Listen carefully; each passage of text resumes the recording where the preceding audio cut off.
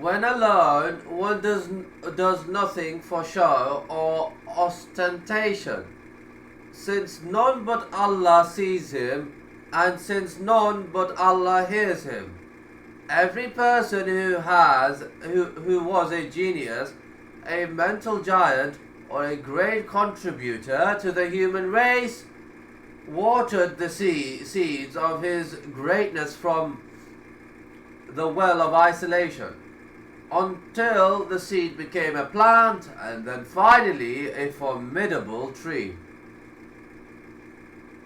I never tasted the sweetness of life until I became a companion of home and book. There is nothing more honourable than knowledge, so I seek in no other and associate. Truly, the only degradation is in mixing with people. Therefore, leave them and live nobly and stately. Another said, I found company in my solitude, and I remained fervently in my home. So felicity was perpetual for me, and my happiness grew. I have severed human relations, and I couldn't care whether the army has gone forth or the president has given us a visit. Whoever strives for dignity and comfort from a long and tedious anxiety, let him be one of the people and be contented with a little. As long as one lives unwholesomely, how can he find pleasure in life? Between being poked by the deceitful and giving flattery to the conceited, between tolerating the jealous and forbearing the stingy, were to becoming acquainted with people and with all of their ways and follies.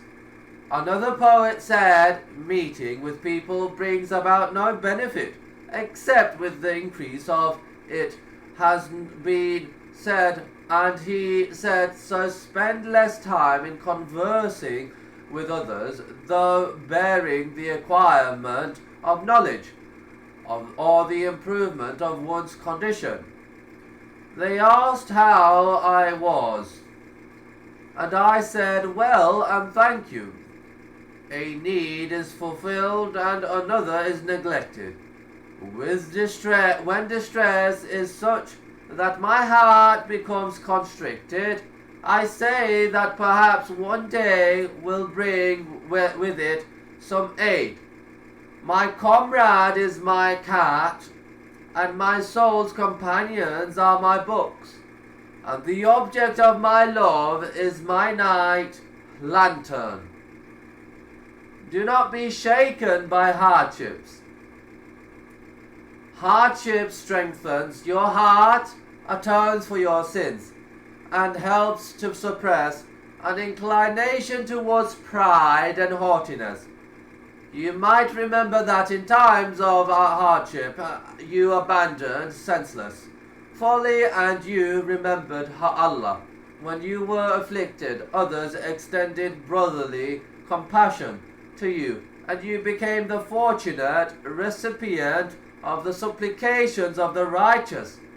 At such times you willfully and humbly surrendered yourself to Allah's will and resigned yourself to His decree. Affliction begets circumspection and provides the afflicted with an early warning against following the path of evil. The one upon whom calamity has fallen can display courage with patience, and his circumstances, unlike the one who is drunk with worldly pleasures, permit him so solemnly prepare for a meeting with his Lord. He is able to pass judgment on this world with an impartial ruling, and thus he will come to know it as something that is not worth pinning for. Other points associated with the wisdom and benefits of sometimes facing hardship though they might escape our comprehension, are definitely present and known to the Lord of all that exists. Pause to think about hardships. Do not be sad, for sadness will weaken your determination and the quality of your worship. One of the offshoots of depression is that it often causes one to be pessimistic, to find blame in everyone, including, and we seek refuge in Allah. Pessimistic. Allah Himself, do not be sad, for sadness, grief, and anxiety are the roots of mental problems, the sources of stress. Do not be sad, for you have with you the Quran supplication, remembrance and prayer. You can lighten the load of your anxiety by giving others, doing well and being productive. Do not be sad and do not surrender to sadness by taking the easy path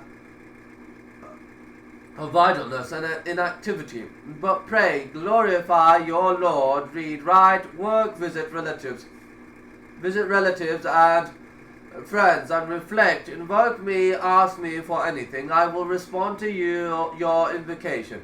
Invoke your Lord with humility and in secret. He likes not the aggressors. So call you, O Muhammad, and the believers upon or invoke Allah, making your worship pure for Him alone, by worshipping none but Him, and by doing religious deeds sincerely for Allah's sake only, and not to show off and not to set up rivals with Him in worship. Say, O Muhammad, invoke Allah or invoke the most beneficent Allah. By whatever name you invoke Him, it is the same, for to Him belong the best names. Do not be sad, the fundamentals of happiness. Know that if you do not live within the scope of today, your thoughts will be scattered, your affairs will become confused, and your worrying will increase. These realities explain the Hadith. When you are in the morning, do not expect to see the evening, and when you are in the evening, do not expect to see the morning. Forget the past and all that it contained. Being absorbed in things that are gone is sheer lunacy. Do not be preoccupied with the future, because the future is in the world of the unseen. Do not let it bother you until it comes. Do not be shaken by criticism. Instead, be firm and know that in proportion to your worth, the level of people's criticism rises. Faith in Allah and good deeds, these are the ingredients that make up a good and happy life. Whoever desires peace, tranquility and comfort can find it all in the remembrance of Allah. You should know with certainty that everything that happens occurs in accordance with a divine decree. Do not expect gratitude from anyone. Train yourself to be ready and prepared for the worst eventuality. Perhaps what has happened is in your best interest, though you may not comprehend how that is so. Everything that is decreed for the Muslim is best for him. Enumerate the blessings of Allah and be thankful for them. You are better off than many others. Relief comes from one hour to the next. In both times of hardship and ease, one should turn to supplication and prayer. Calamity should strengthen your heart and reshape your outlook in a positive sense. Indeed, with each difficulty there is relief. Do not let trifles be the cause of your destruction. Indeed, your Lord is oft forgiving. Do not be angry, do not be angry, do not be angry. Life is bread, water and shade, so do not be perturbed.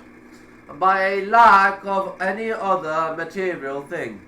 And in the heaven is your provision, and that which you are promised. Most evil that is supposed to happen never occurs. Look at those who are afflicted and be thankful.